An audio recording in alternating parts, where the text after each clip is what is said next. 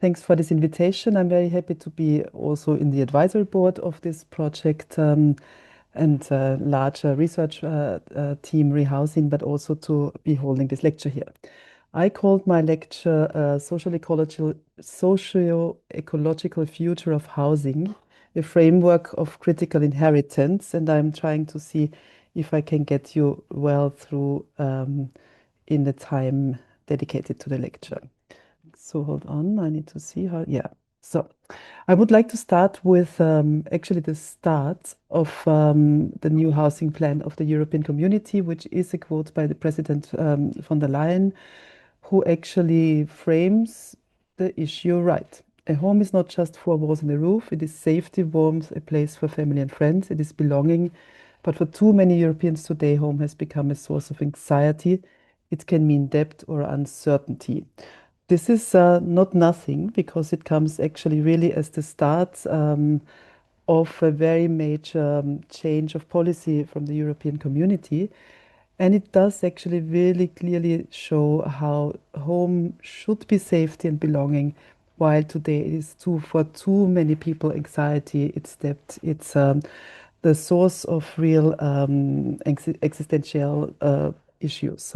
And I think we all need to actually work, especially as architects, as planners, on the question, how did housing become such a problem and what can be done? And in this case, in this sense, we should also really remind ourselves how there has been a historical shift of the concept of housing throughout a neoliberal concept, or like the time of the last 40, 50 years, and especially with rapid development in the latest 10, 20, 30 years from housing as a need, or you could also say as a, of course, a human right to an asset.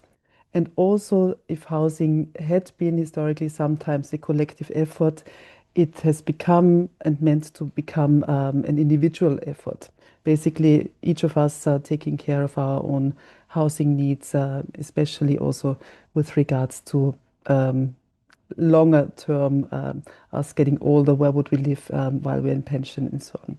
And we have a real issue with investment logics dominating, which of course at the end of the day is absolutely contra the idea of human rights to housing. Now, this is what I really would like to look at, which is the European Affordable Housing Plan, which has four principal pillars of action. And I will go through all of these four pillars. They're actually structuring my talk. I would like to there and there comment on what is generally good meaning document. However, of course, the issue is always not so much the plan, but how to actually then implement the plan. So let's start with boosting supply, which, if we think of the scale of the issue, then this plan says, the document says that there's 2 million homes needed in the European Union per year. Currently, there is 1.6 million built per year. We have to imagine that. That's an enormous number. And the answer to this discrepancy is yet again to build more, faster, simpler, while again it should be for whom, who builds, what is built, and do we actually need it?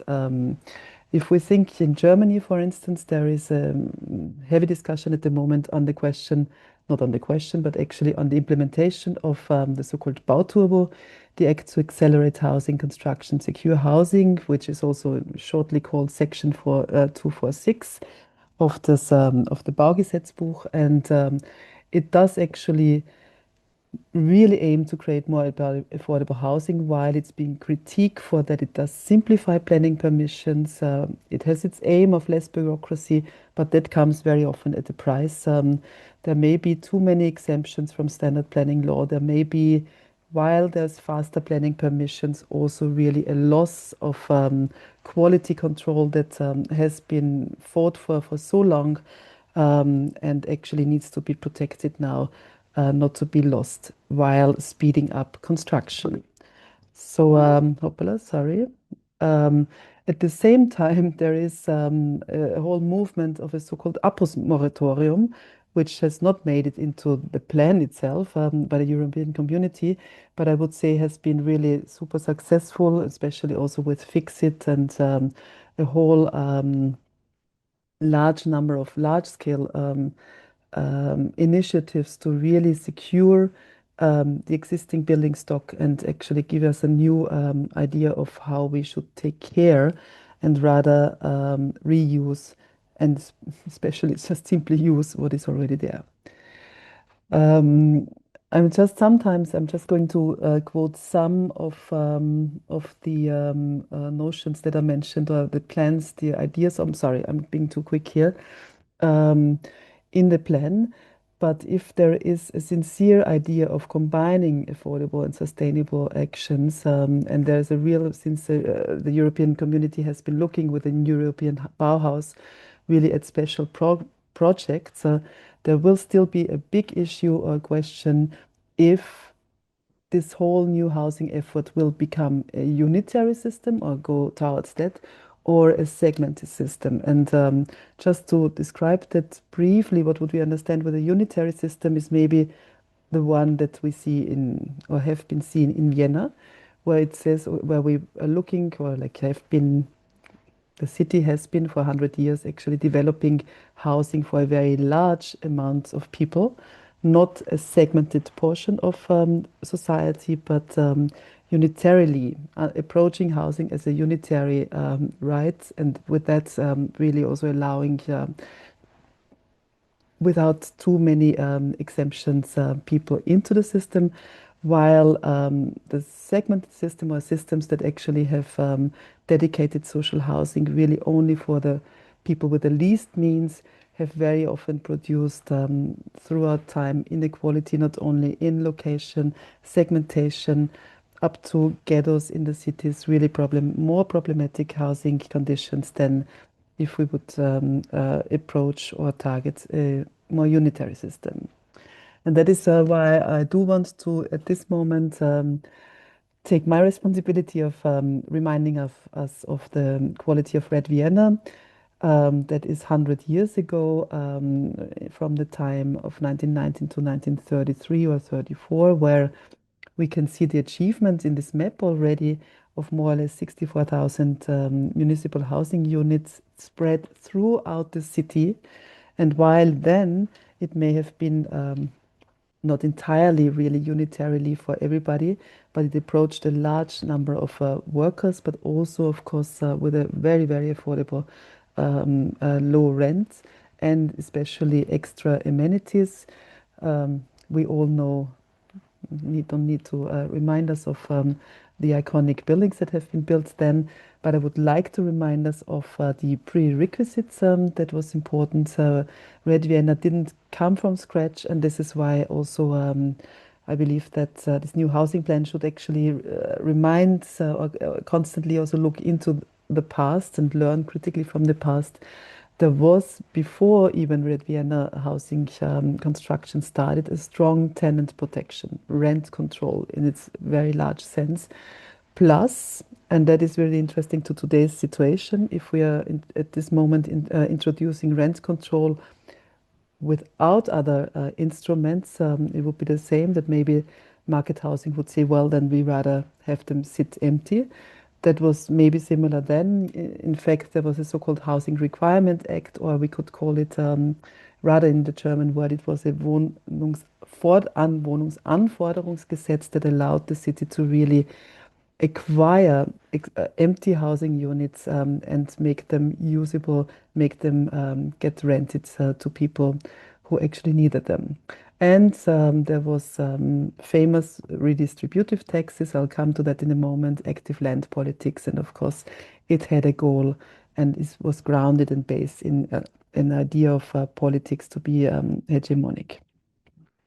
Um, Today, and this is of course an interesting result, if we just look into municipal housing blocks, then it is again completely spread all through Vienna, which now we could of course critique maybe that the first district could be denser, but still this is an approach throughout the whole area of the city, but also in terms of, especially with the additional second social housing scheme to really approach a larger segment of the population.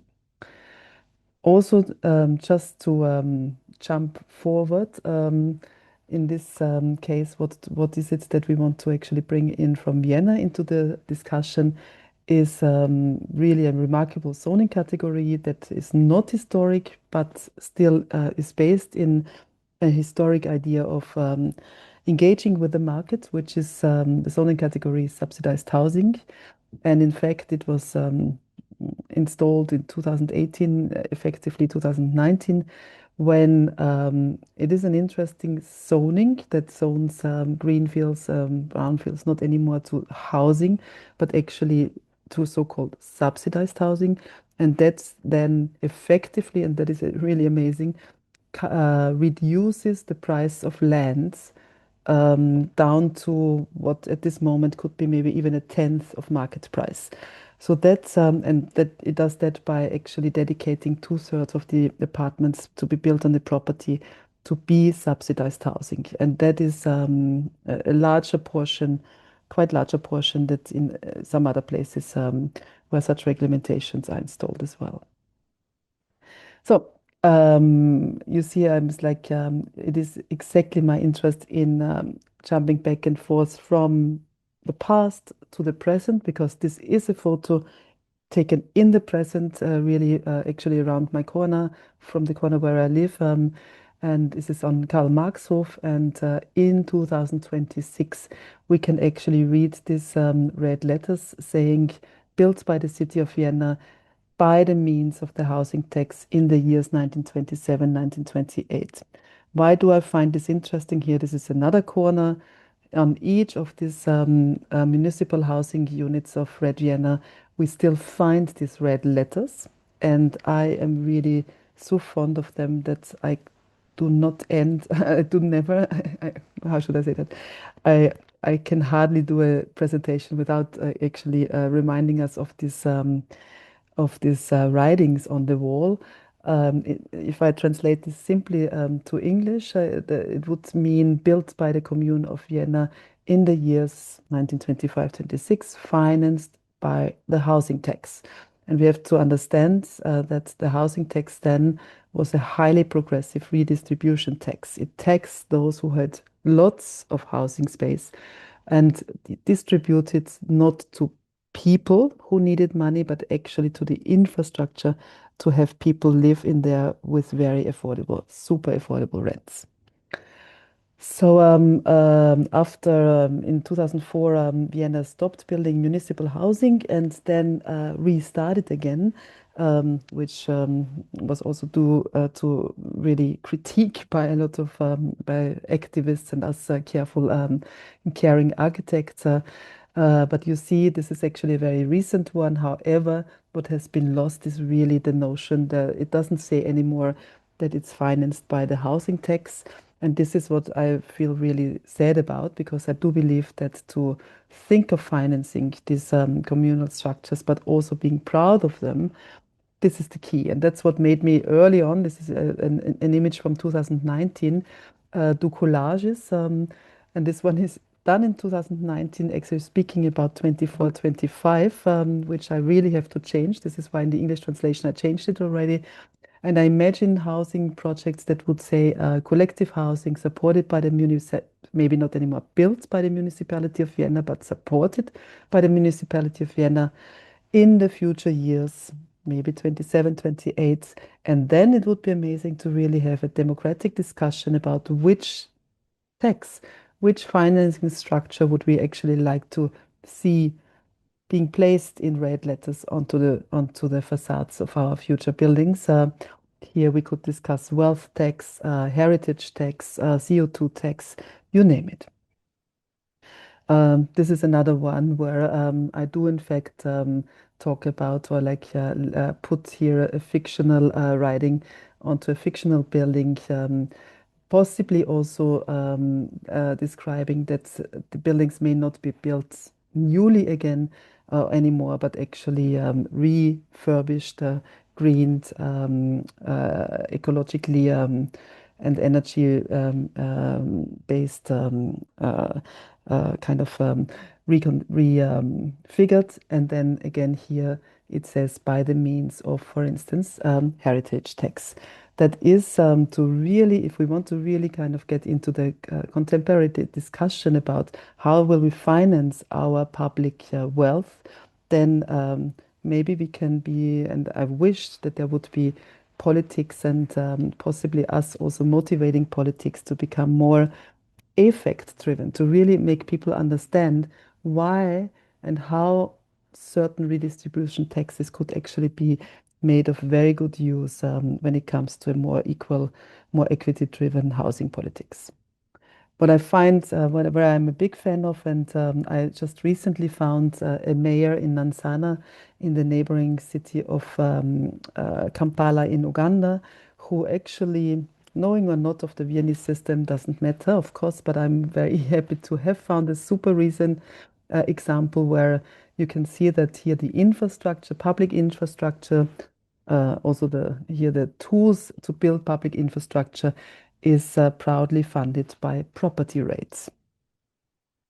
And this is what gets us right into actually the second pillar of action of the plan by the European Community, because it is the question about mobilizing investment. And that will be really crucial. Who is going to pay for all the new housing, but hopefully also even more for all the housing that is not needed to be new, but actually rather reused in terms of vacancy activation. So, in fact, the plan speaks about currently already 43 billion euros in housing related investment. It names a lot of different funds. There's going to be a new social climate fund, newly organizing the European Investment Bank. Has set out as action plan for affordable and sustainable housing. And there is a clear goal, and this is what should make us again, let's say, suspicious or make us discuss this plan when it says increase public and private investment for affordable and sustainable housing. It is again to look carefully what is meant by this private investment, who are these private investors, because that is what we actually have seen a lot of, especially when it comes to the financialization of housing. Generally, I think we have to critique the development until today in terms of it being based on an ownership focus, meaning not only that it is private property, private market delivering and owning housing, but also an ownership focus when it comes to, as I mentioned before, caring for our own, so to say, housing situation. But of course, the biggest issue is the financialization structure of, if we think of Vonovia, Deutsche Wohnen, large scale structures, where very rightly so there has been initiatives to really get these apartments back into public organization structures and really into public property. What we studied at the University of Kassel with one research project was how the property ownership actually was heavily related to the gender wealth gap, meaning that the more there is a drive to property of housing, even if it is one, two apartments per person housing unit or so, it actually creates an ever larger split in wealth, as well as like gender wealth gap, but also racial wealth gap. And can be very easily described by the fact that property reproduces property, and there's ever more people who can never afford to actually buy a home, while fewer have ever more homes in their property. That is why, especially this research project at the end argued heavily for a rental system and also renting from commonwealth or public wealth and housing structures, which could be something like municipal housing in Vienna or cooperative housing, housing that is, and especially maybe something like Mietshäuser-Syndikat, where housing is really within collective and complex ownership.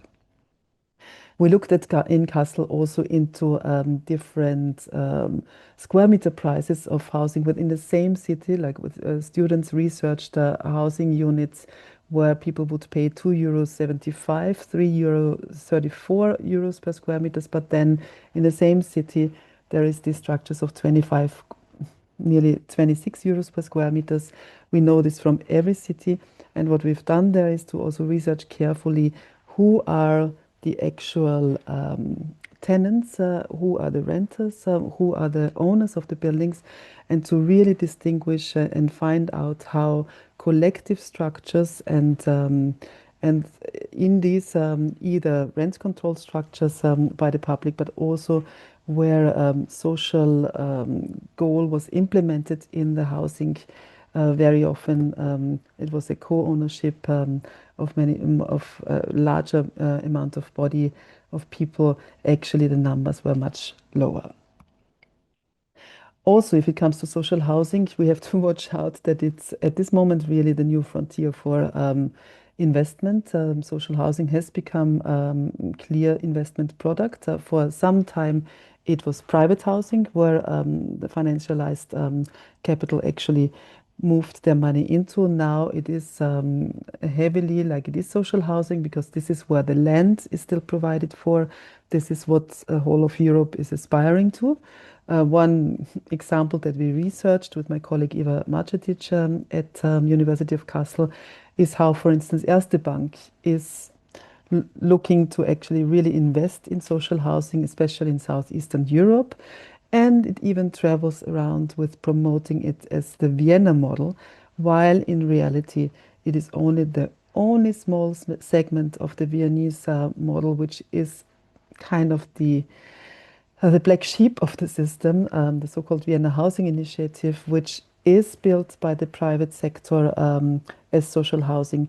And with that also comes along a system unusual for Vienna, which means that these buildings come along with rent controls, which are lifted after a certain period, a system that we know from Germany heavily and throughout.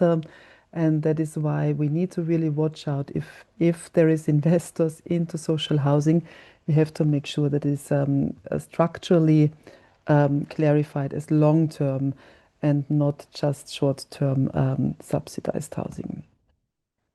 And of course, there's an enormous anxiety of of people living in buildings in Germany. This is very real. That there's a €3 additional rent being added to renovation after renovation of housing units. That is enormous if you think about it, and that makes a lot of people actually not only be anxious about how they could keep their apartments after renovation, but also really, of course, gets them into the large dilemma of not being for renovation, while it would also, of course, be supportive of not only their building, of our kind of energy and ecology goals, but also of their own use of energy. However, at the end of the day, renovation very often, all too often, not hopefully, all too often, when it is really with enforced where people have hardly any means, it also leads to renoviction.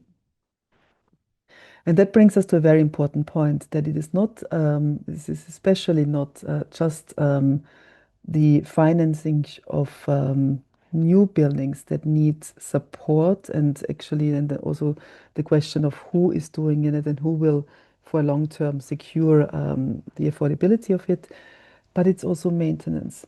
At the end of the day, even if a lot of housing Europe-wide has been privatized, and especially in the southeastern Europe, a lot of mass housing has been really split up in single owners. These owners don't have the means to really maintain or renovate. So at the end of the day, maintenance work has and become and is still a collective responsibility. So that's something that also would need further investigation to really see how publicly funded maintenance and publicly funded renovation also make sure that the places that are being funded, the homes, actually also become part of a public wealth logic and are secured for affordable housing. This is something we are implementing in a project that we're just starting at the University of Kassel, which is called Covohäuser, and it's working on collective housing models in one family house areas. But it's not only about collective housing models, but much more we're looking into financing models and also running models, organizational models, where we would get like single family houses out of their private small property logic into a cooperative logic, Mietshäuser-Syndikats logic, some sort of more larger common ownership structure, so that at the end of the day, really creating a more sufficient use of space in these heavily underused areas is actually possible, and while still maintaining housing security for everybody living there just as well.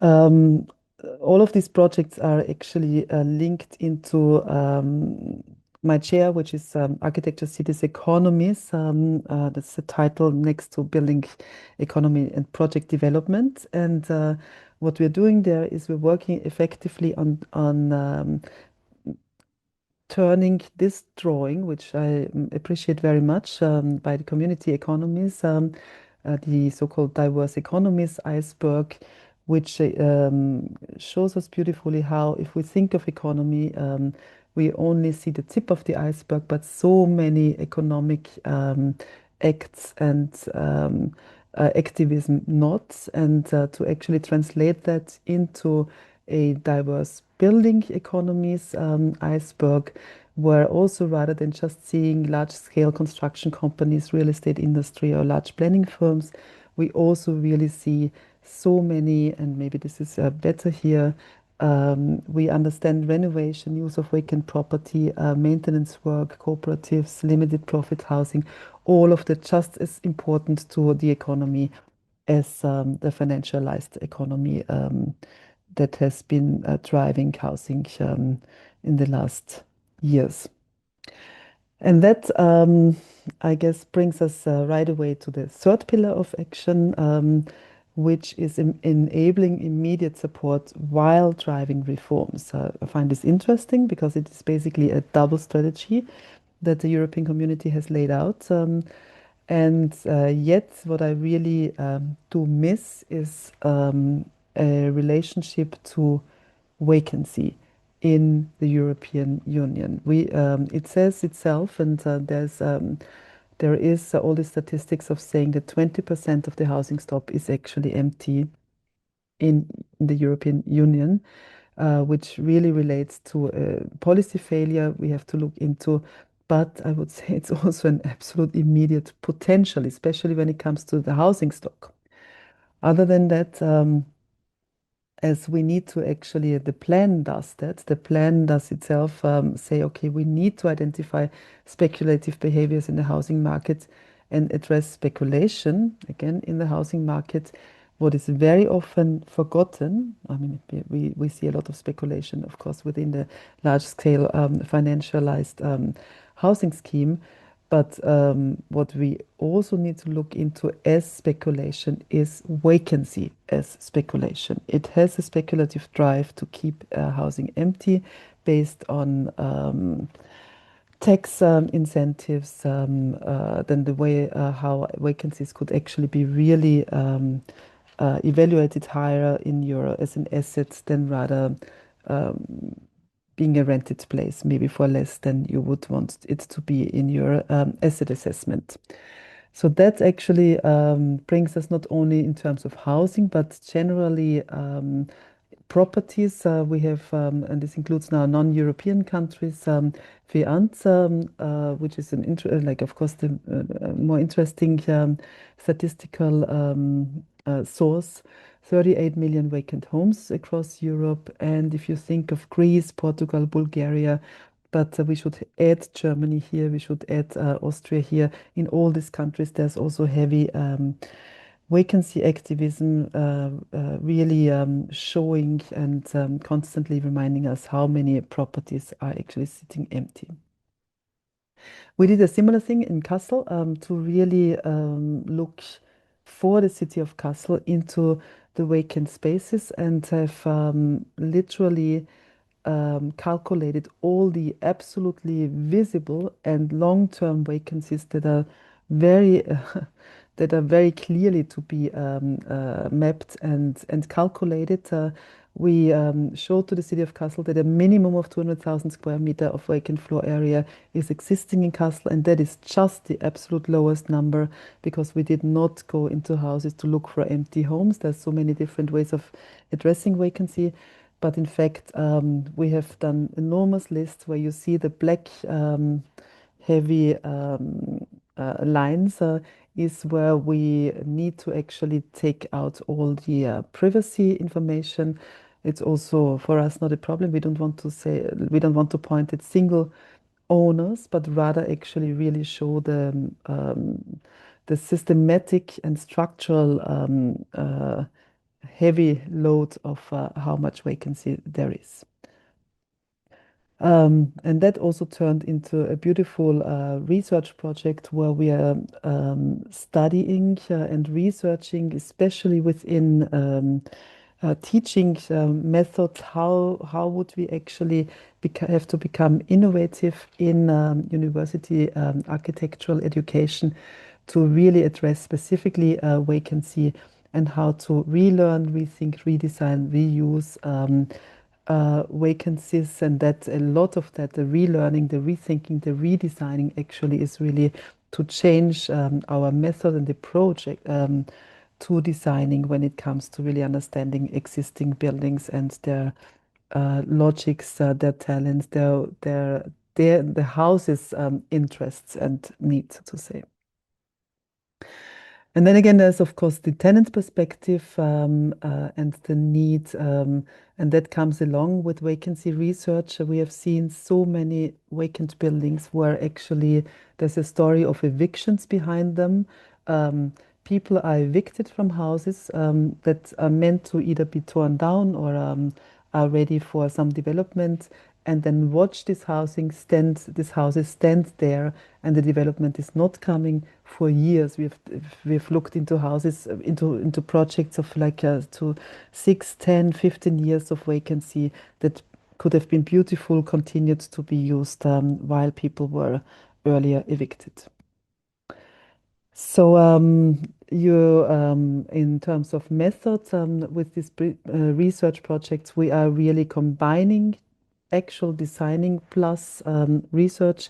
And as you can imagine from what I've said so far, we are believing that to strengthen and to emphasize and not optimize, but actually to enlarge collective wealth rather than private wealth will get us into a much more just housing situation. And also to really say we want to actually look into and critique with that fast and simpler for whom rethink the subject and the housing, really to see how that does not necessarily apply to new construction, but really we need to actually rethink the housing in vacancy structures. And that brings us to the fourth and final pillar of the European Affordable Housing Plan: who is the most affected? And if we see a classical shift, and I showed some already housing schemes from 100 years ago, from the working class, like a structure and a logic that was dedicated clearly towards the working class, we actually have to ask ourselves, of course, who is today's subject? And the plan talks a lot about really those, again, workers, necessary, urgent, absolutely crucial workers to society who in maybe not so much in Vienna or in Kassel or in, but if we look into Berlin or if we look into London or if we look into larger scale cities, then it is yet again a situation where a lot of people cannot even or take an hour or 1.5 hours, 2 hours to get to the work and then serve society while they cannot even live within the city. That brings us maybe to another logic of 100 years ago, where Viennese settler movements, and you can see here a lot of women based in, got involved in a very large scale self-help movement, which I believe that that the issues are still the same. We have the most vulnerable people being women, Flinter, but also really intersectionally when it comes to migration and also up to accessibility, abilities, and so on. So this is a study that we did in my office on the housing situation of working women, and found it interesting again that in 1927, Margarete Żytuli-Hodzki, who I'm a real big fan of, and not only fan of, but I was happy to get to know and found her an amazing, not only first architect in Austria, but fighter for women's rights, for human rights, and so on. But also, according to the logic of her time, it's interesting to see the study of her, the Working Women's Home, where basically quite undoubtedly in this it's a structural kind of abstract housing typology where she dedicates for the working woman a small room and shared amenities, while the academic person, that would be me at the moment, would actually be given a whole apartment with a balcony. And because this is weirdly enough still the same, that money makes size of apartments possibly, except wherever we live, I do find, so to say, a new settlers movement at the moment in the different cities. And I was lucky enough to work with one group in Vienna. These are drawings from my office, where we turned a kind of three-story existing building that was nearly all empty into a one kitchen house. And it is actually really based on solidarity economy, where this group that there's no apartment, single apartment there. It's one large Wohngemeinschaft housing community. But in fact, they turned this economical logic upside down.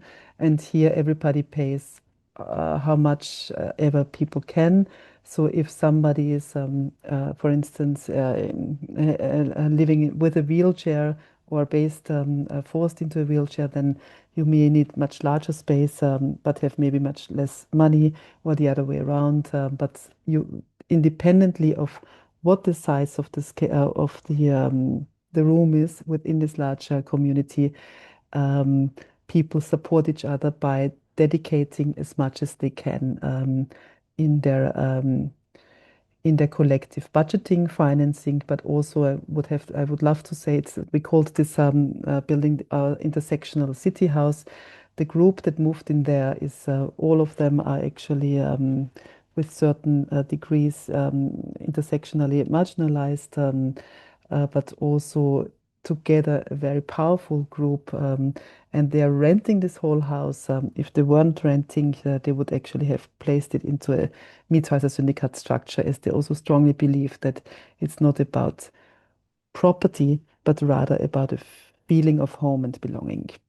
And that is exactly what I believe this fourth pillar should actually really in detail look into: security without necessarily ownership and a belonging beyond property. And that is really the opposite to what at this moment, actually, unfortunately, due to disappearing rent control in many places in countries, and especially, unfortunately, also in Vienna, when it comes to the private market, there is such a heavy level of uncertainty, fixed term leases, shortage, and also, of course, short rental times, And rather than that, we would want to have to fight for security in renting to make sure that the right to a home of one's own and is actually a secure one. That means that we have not we have to we should collectively argue and get into discourse of reducing, not only reducing, sondern ending short-term rental contracts and increasing security of tenure.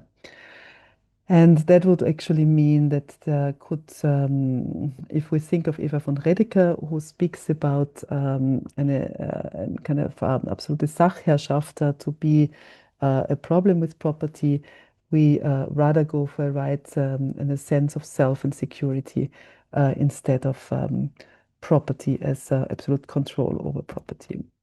That brings me back to establishing and dedicating common public wealth. And this is where, let me finish, and I think this is exactly the last 5 minutes that I may still have, with what is the second half of my title, A Framework of Critical Inheritance. This is a concept that I developed in my book on Stadtkonflikte, on radical democracy in architecture and urban planning, which is also based on my dissertation, where I relate to this concept of Jacques Derrida of critically inheriting and critical inheritance from historical models. And while I've already shown you some strategies to look into Red Vienna, I would like to end with the new Frankfurt, das neue Frankfurt, which we've been researching recently. And das neue Frankfurt was, again, 100 years ago, a large housing development in Frankfurt, as the title says. And just last year, three large museums in Frankfurt celebrated 100 years of Neues Frankfurt. And we, as like with my chair and my students from the University of Kassel, were invited to install as kind of a large portion of this exhibition from our research. Within this, the exhibition was called Yes, We Care. And this is already a look into our exhibition. The exhibition was called Found Futures, the new Frankfurt. And we were looking into really how could we understand and translate the historical New Frankfurt into a new Frankfurt of today.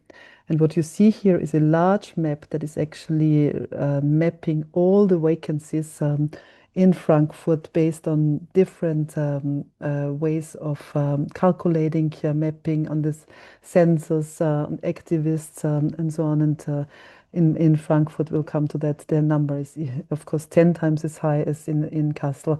And I'll get into these details maybe one by one. So we started off with describing numbers of the 1925, when the new Frankfurt, das neue Frankfurt, then actually got started, and saying, okay, there was a lot of people looking for housing, and the housing units then built were 12,000 and so much space.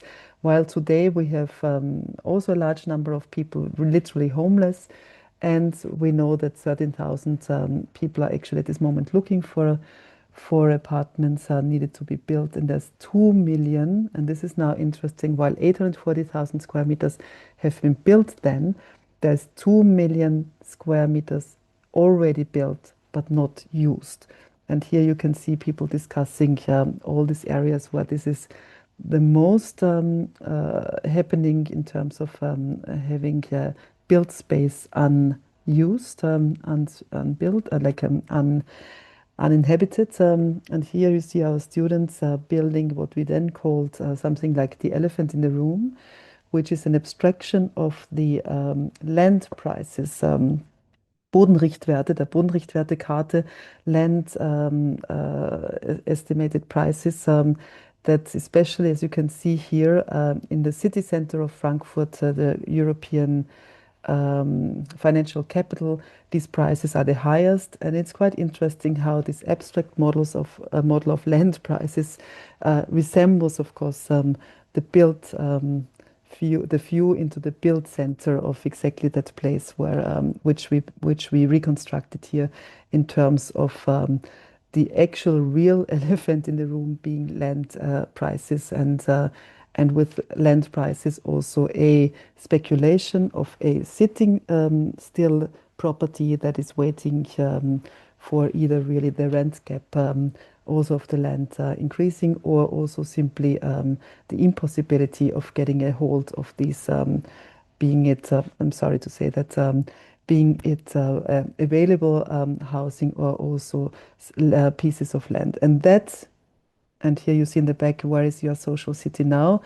We also reconstructed how Frankfurt actually called itself very proudly a social city then, which is, of course, super interesting to remind cities that there was a time where you could actually be in competition with cities, maybe by being the most social one.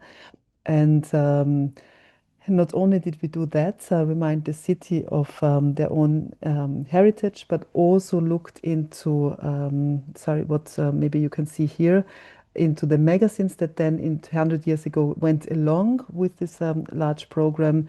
And very interesting, one of these books and was an article by Ernst May. Ernst May was then kind of the head planner of Neues Frankfurt, where he quite how should we say that, factually describes why and how it was actually possible to build all of this new housing then in the outskirts of New Frankfurt was only possible because they established a very clear and concerted and structural expropriation scheme.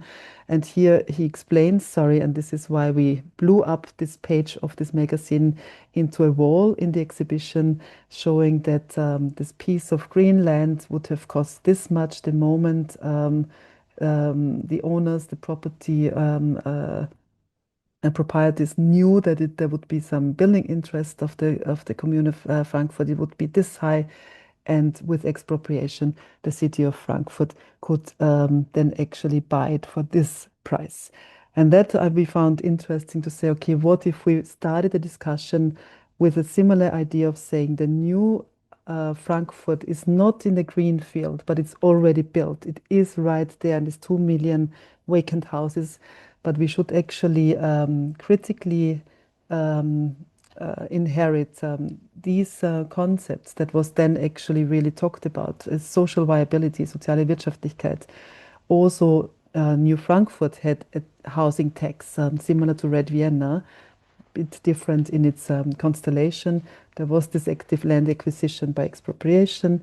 But then again, there's of course this critical notion of the existential minimum dwelling, which we have to until today, with ecological arguments of getting smaller in housing units, still be very critical for whom is that concept dedicated, meant for, and whose houses to actually at the moment yet get not smaller. Yeah, to end up, this is what I do think that how we inherit critically. The students looked, for instance, into the garden city movement and logics of Neues Frankfurt. However, today we see all split up single private gardens, and so there's schemes where the students collectivized, communalized, recommoned housing schemes, but also looked into the big and strong squatting movement in Frankfurt, and especially, like for instance, Dondorf just became Schirnmuseum, etc. And with that, claiming if we inherit critically, we need to update. We could update what actually had already been there. That would be like, how would the housing tax look today? How would land policy actually be clearly with an ecological question? We will not anymore use green land, but rather understand vacant units as the new land, so to say. So that means renovation instead of new construction, but also renting instead of owning a property, and thinking of or remembering ourselves that also renting does not mean that it needs to be 30, 40, 50% of wages, but Red Vienna showed a very, very different number. And of course, that we could remember us and rethink something like the Housing Requirements Act, das Wohnungsanforderungsgesetz, that there could be a possibility or should be to really get a hold of vacant space.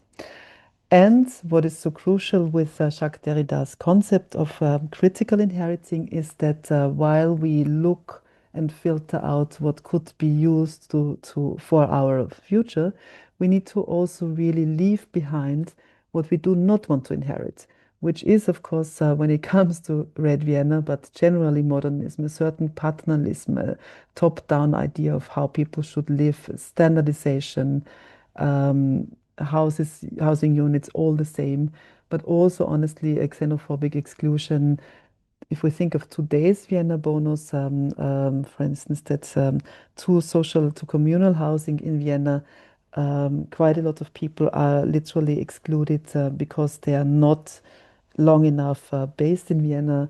That already started also 100 years ago to some extent with some point gathering system of who can access communal housing. But, and this is my last and most important point, inheriting critically means also that we don't stop just there what we could inherit, but we need to demand even more.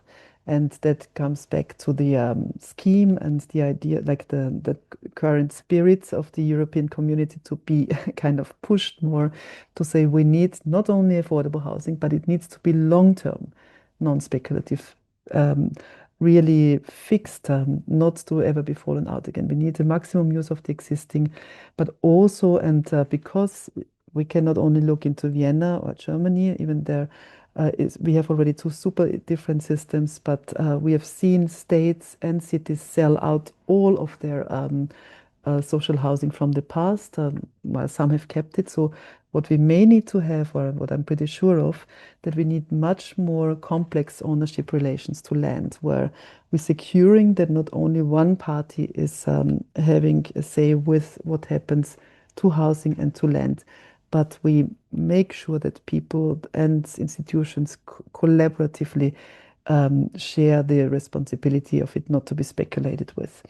And that means also more public policy responsibility together with more participation, which at this moment, me as an architect in Vienna are working on, which is really an amazing group of clients, Afro Rainbow Austria, together with Planet 10, extending their building in the 10th district, so an Baulücke, a gap in the city to be built. What I mean by top down, we have been able to secure housing funds.